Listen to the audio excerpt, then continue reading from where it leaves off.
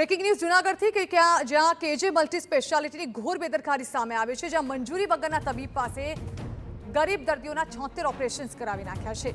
PMJ યોજનામાં ગંભીર ગેરરીતિ અને બેદરકારીનો ખુલાસો થયો છે।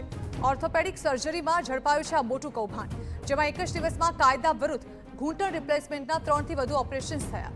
બેદરકારી બદલ આરોગ્ય વિભાગે 12.50 લાખનો હોસ્પિટલને દંડ ફટકાર્યો છે, તો હોસ્પિટલને સાથે શોકોઝ નોટિસ પણ પાઠવવામાં આવી છે। પીએમજે યોજનાનું જોડાણ રદ કેમ ન કરાયું તેને લઈને સવાલ ચોક્કસથી થઈ રહ્યા છે। કેજે મલ્ટી સ્પેશિયાલિટી હોસ્પિટલમાં પીએમજે યોજનામાં ગંભીર ગેરરીતિ થયાનો ખુલાસો થયો છે।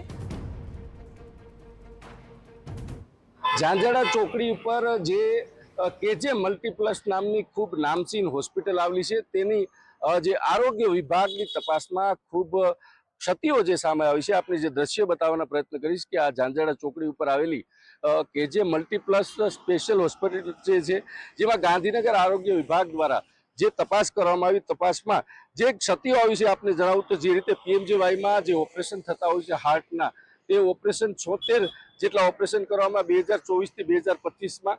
બીજી તરફ જે ઓપરેશન થયા છે તેમાં એપ્રુવલ ડોક્ટર નથી, જે દિનેશ નામના ડોક્ટર તે તેમના ઓથોરાઇઝ નથી, તેમની પણ એમાં જે ક્ષતિ જે સામે આવી છે। બીજી તરફ જે ઘૂંટણના ઓપરેશન છે તે દિવસ દરમિયાન 2 થી 3 ઓપરેશન થતા હોય છે, તેને બદલે 2 થી 3 થી વધારે ઓપરેશન કરવામાં આવ્યા। તમામ બાબત છે તે આરોગ્ય વિભાગની તપાસમાં જે બહાર આવ્યું છે, અને ખાસ કરીને જે બ્રહ્મભટ્ટ ડોક્ટર સાહેબ છે તે જે ગાંધીનગર આરોગ્ય વિભાગના જે તપાસનીશ અધિકારી છે તેની જે તપાસમાં બહાર આવ્યું, અને 100 કોજ નોટિસ પણ આપવામાં આવી છે।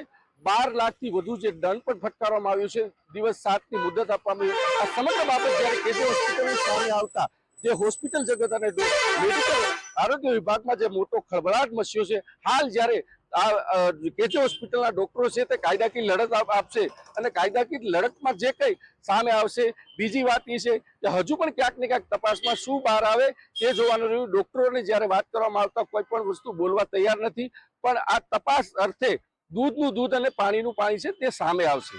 વિજયસિંહ પરમાર, TV9 જૂનાગઢ।